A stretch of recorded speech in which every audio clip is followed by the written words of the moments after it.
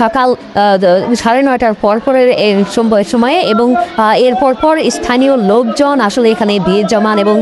police খবর পেয়ে পুলিশের একাধিক টিম আসেন এই ঘটনাস্থলে এবং এসে যেমনটি তারা লক্ষ্য করেন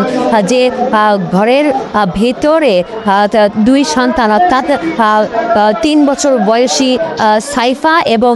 1 বছর বয়সী প্রায় 1 বছর বয়সী সাইফ 2 সন্তানের গলা কাটা মরদেহ পড়ে রয়েছে তাদের ঘরের ভিতর এবং এর পরপর কিন্তু সেখানে লক্ষ্য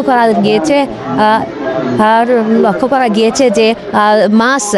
সাদিয়া তিনিও কিন্তু ঝুলন্ত অবস্থায় রয়েছেন এবং আমরা